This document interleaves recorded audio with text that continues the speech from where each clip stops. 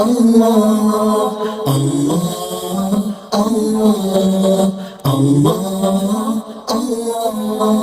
اللہ اعوذ باللہ من الشیطان الرجیم۔ السلام علیکم ورحمۃ اللہ وبرکاتہ۔ میں اپنے پروگرام مارننگ وتھ قرآن کے segment one verse one day میں آپ کو خوش آمدید کہتی ہوں۔ آئیے آج بھی ٹائم نکالتے ہیں قرآن کو سمجھنے کا۔ روز کی ایک آیت، سورۃ بقرہ اپنے تکمیل کے مراحل میں ہے۔ آیت نمبر 147 آج ہم سمجھیں گے۔ اس آیت کو سمجھتے ہوئے ایک بات ذہن میں ضرور رکھنی ہے آپ نے، اور وہ کیا ہے؟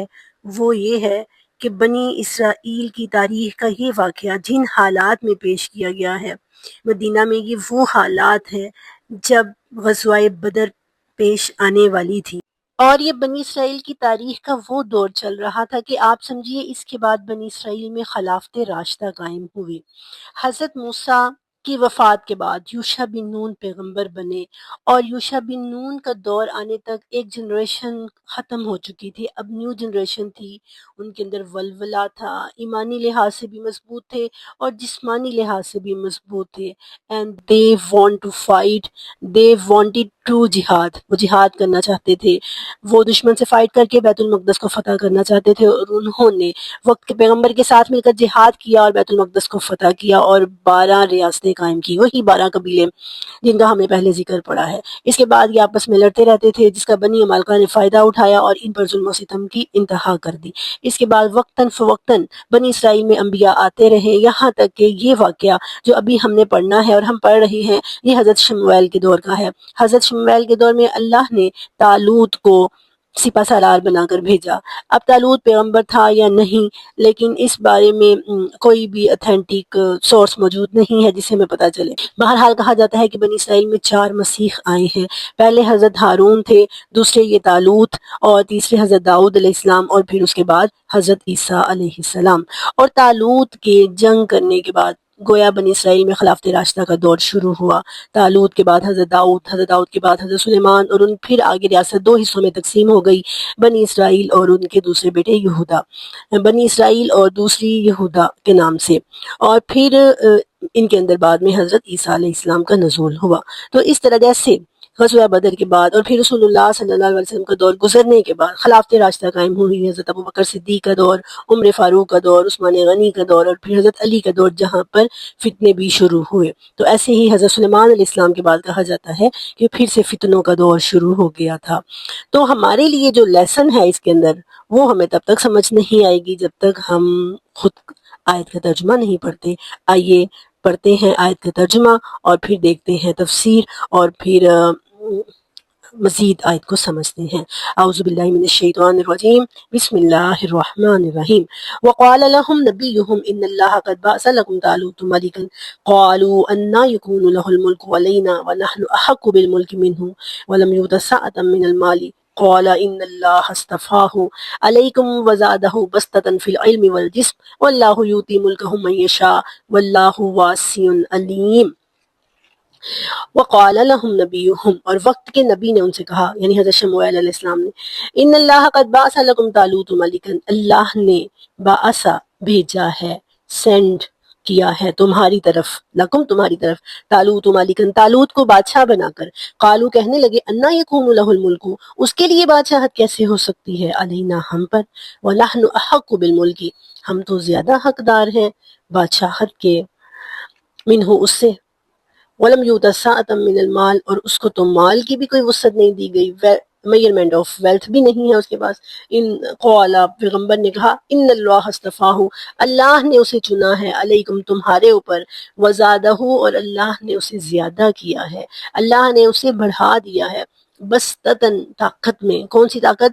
فی العلم، علم کی طاقت، والجسم، اور جسم کی طاقت، واللہ یؤتی ملکہ من یشاء، اللہ جس کو چاہتا ہے اپنے بادشاہت عطا کرتا ہے، واللہ واسع علیم، اللہ وسعت رکھنے والا ہے، اللہ جاننے والا ہے۔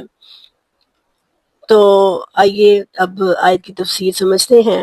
یہ میں نے تو نوٹس تیار کر لیے ہیں، آئیے کچھ علم سے استفادہ کیجئے، میری محنت سے آپ بھی کچھ فائدہ اٹھائیے۔ ان کا اعتراض تھا، اعتراض کی ریزن کیا تھی وہ ہم دیکھتے ہیں۔ اعتراض کی ریزن یہ تھی کہ بنی اسرائیل کے اندر جو 12 قبائل تھے نا، ان کے اندر آپ سمجھے اونچ نیچ کا معیار بہت زیادہ تھا۔ یہودا جو تھے نا، یہودا کے اندر بادشاہت ہوتی تھی، اور بڑے بڑے جتنے بھی عہدے تھے یہ یہودا قبیلے کے اندر ہوتے تھے، اور طالوت جو تھا نا، اس کا تعلق بنیامین کے قبیلے سے تھا۔ سمجھے اس سگے سدیلے والی بات، یا جو بھی ایک ادنا قبیلے سے ہونے کی وجہ سے انہوں نے فوراً یہ اعتراض کیا کہ یہ ہمارا سپہ سالار ہوگا، ہاؤ از اٹ پاسبل، یہ کیسے پاسبل ہے، کیا ہے اس کے پاس، میجرمنٹ آف ویلتھ نہیں ہے، دولت نہیں ہے، ہم اس سے زیادہ ورتھی ہیں، ہم زیادہ دولت مند ہیں، تو کنگڈم ہماری ہی ہونی چاہیے، بادشاہت ہمارے پاس رہنی چاہیے، یہ تو اس قبیلے کے پاس چلی جائے گی جس کو ہم اس قابل ہی نہیں سمجھتے۔ پاکستان کے لوگوں کے لیے سمجھنے کے لیے بالکل آسان ہے، جیسے انڈیا میں جو ہے وہ برہمن کو بڑے عہدے دیے جاتے ہیں اور شودر کو اچھوت سمجھا جاتا ہے، بالکل یہی کنڈیشن یہاں پر۔ سب سے پہلا پیغمبر کا جواب کیا تھا اس اعتراض پہ؟ جب کوئی قوم زوال کا شکار ہوتی ہے نا، تو سب سے بڑی خامی جو اس کے اندر آتی ہے، کیپ اٹ ان مائنڈ، اس بات کو ہمیں اپنے مائنڈ میں رکھنا چاہیے، وہ تنگ نظری ہے، شیڈو مائنڈیڈ، نیرو مائنڈیڈنس۔ اب ان کی نیرو مائنڈیڈنس کی آپ کنڈیشن دیکھیں کہ وہ دولت کو ہی معیار سمجھتے تھے، دولت کو ہی سب کچھ انہوں نے سمجھا، اور اللہ نے لیڈرشپ کے اندر دولت مند ہونے کو اللہ رب العزت نے نکال ہی دیا، اللہ تعالیٰ نے اس چیز کو نکال ہی دیا۔ اللہ پیغمبر نے کہا کہ یہ میری سلیکشن نہیں ہے، یہ اللہ کی سلیکشن ہے، اللہ نے اس شخص کو منتخب کیا ہے، اور وزادہ فی العلم والجسم، دو معیار بتا دیے لیڈرشپ کے اللہ تعالیٰ نے۔ پہلا کیا؟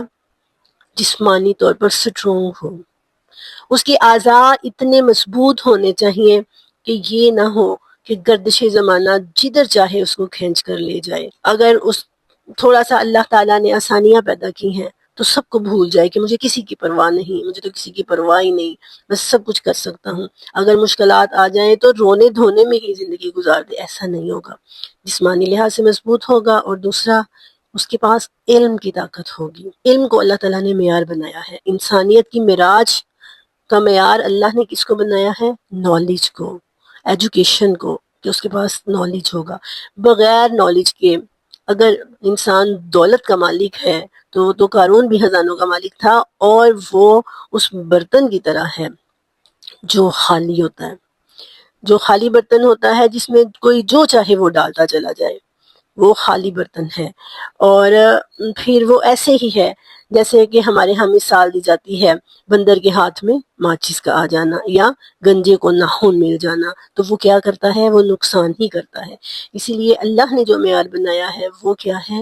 وہ لیڈرشپ کا معیار ہے۔ اور یہاں پر ایک بات ہمیں اور اپنے مائنڈ میں رکھنی ہے، اور وہ کیا کہ اللہ نے بنی اسرائیل کو بھی لیڈر بنایا تھا، اور اللہ نے اس کے بعد امت مسلمہ کو بھی لیڈر بنایا ہے۔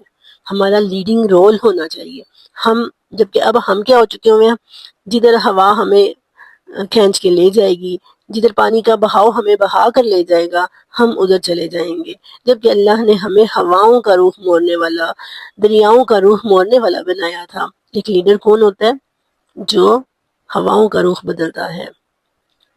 اور قائد علامہ اقبال کا بڑا خوبصورت شعر ہے میرے کارواں کے لیے۔ میرے کارواں کون ہوتا ہے؟ یقین محکم، عمل پہم، محبت فاتح عالم، جس کے اندر یہ چیزیں ہوتی ہیں، یقین محکم، عمل پہم، محبت فاتح عالم، یہ ساری چیزوں کو لے کر جو چلتا ہے وہی میرے کارواں ہوتا ہے۔ تو اللہ تعالیٰ نے ایک میرے کارواں کے لیے، ایک لیڈر کے لیے جن اوصاف کا ذکر کیا ہے، وہ ہے اس دولت نہیں ہے۔ آپ دیکھیں بہت دولت مند لوگ بھی جو ہے وہ عوام ان کو پسند نہیں کرتی۔ امریکہ کے بادشاہ جو صدر ہے اس کی مثال لے لیں، اس وقت جو امیر ترین صدر ہے، لیکن عوام اس کو پسند نہیں کرتی۔ اور ایک چیز یہ سمجھ آئی کہ دولت کوئی معیار نہیں ہے، اور دوسری چیز یہ کہ ان اللہ اصطفیٰ، اللہ نے اسے چنا ہے۔ ڈیموکریسی کو یہاں پر ختم کیا گیا، یہ جو ووٹ کی تعداد کی جو طاقت ہے ڈیموکریسی میں کوانٹٹی دیکھی جاتی ہے، تعداد دیکھی جاتی ہے، یہ نہیں دیکھا جاتا کہ جو چن رہے ہیں وہ کیسے لوگ تھے۔ اسی لیے بھی لوگ پہلے تو سلیکٹ کرتے ہیں اور پھر خود ہی باتیں بنانی شروع کر دیتے ہیں، تو ڈیموکریسی کو یہاں پر کراس لگ گیا۔ اب جو ہے آئیے طالوت کی طرف۔ طالوت کا تعلق بنیامین کے قبیلے سے تھا، یہ انتہائی خوبصورت تھا، کہتے ہیں کہ اپنے گدھے کو چرانے کے لیے نکلا ہوا تھا، اور اس کی ہائٹ اتنی تھی کہ یہ عام لوگ اس کے کندھے پر آتے تھے، اور بہت خوبصورت، بہت طاقتور اور بہت ذہین انسان تھا۔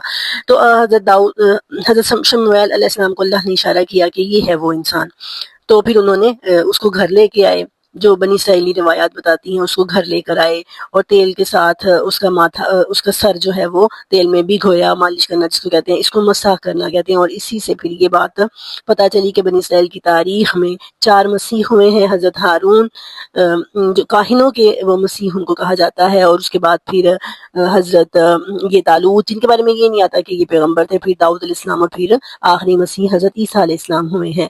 اور اس واقعے کا تعلق ہمارے ساتھ یہ ہے کہ غزوہ بدر پیش آنے والی تھی، آگے ہم پڑھیں گے کہ تعداد کم تھی، اس میں بھی تعداد کم تھی، اور رسول اللہ صلی اللہ علیہ وسلم پر بھی وہی اعتراض کیا جا رہا تھا کہ یہ چھوٹے قبیلے سے ہیں، ان کے پاس دولت نہیں ہے، اور یہ سارے اعتراضات جو طالوت پر کیے جا رہے تھے وہی اعتراضات رسول اللہ صلی اللہ علیہ وسلم سے کیے جا رہے ہیں۔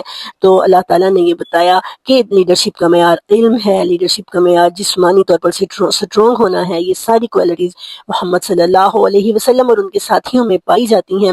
اس واقعے میں ہمارے لیے مثال یہ ہے کہ ہم لوگ لیسن فار اس از دس کہ ہم امت مسلمہ لیڈرشپ کے لیے پیدا ہوئے ہیں۔ ہمیں جو یہ نوکریوں کی ذہنیت دے دی گئی ہے نا کہ نوکر بن کے زندگی گزارے ہیں، بچوں سے پوچھیں بھئی آپ کا مطلب لائف پرپز کیا ہے، تو اچھی سے اچھی جاب مل جائے، اچھی سے اچھی نوکری مل جائے، نہیں، اپنا بزنس کریں، اپنی جو ہے وہ دینے والے بنیں، خود جو ہے نا وہ لیڈر بن کے لائف گزاریں، بزنس کے شعبے میں بھی اور ویسے بھی۔ اور ظاہر ہے ایک لیڈر جو ہوتا ہے وہ سب سے پہلے اپنی کریکٹر بلڈنگ کرتا ہے، جیسے پچھلی آیت میں بھی ہم نے یہ پڑھا کہ اصل کام اپنی کریکٹر بلڈنگ کرنے کا ہے، اپنا تزکیہ نفس کرنے کا ہے۔ اللہ سے دعا ہے کہ اللہ تعالی ہمیں اپنا تزکیہ نفس کرنے کی توفیق عطا فرمائے، آمین۔ وآخر دعوانا ان الحمد للہ رب العالمین، وما علینا الا البلاغ المبین۔